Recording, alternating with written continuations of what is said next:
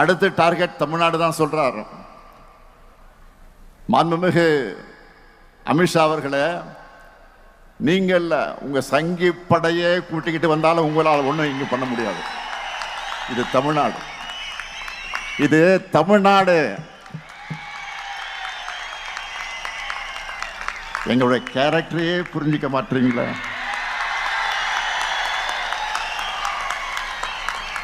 அன்போடு வந்தா அரவணைப்போம், ஆணவத்தோடு வந்தா அடிபடைய மாட்டோம், எதிர்த்து நிற்போம். இப்போ ரீசண்டா ஒரு இடத்துல நம்ம சிஎம் சார் அவர்கள் பேசும்போது சொன்னாங்க, என் கேரக்டரையே புரிஞ்சுக்க மாட்டேங்கிறேன். இது சினிமா டயலாக் இல்லையா?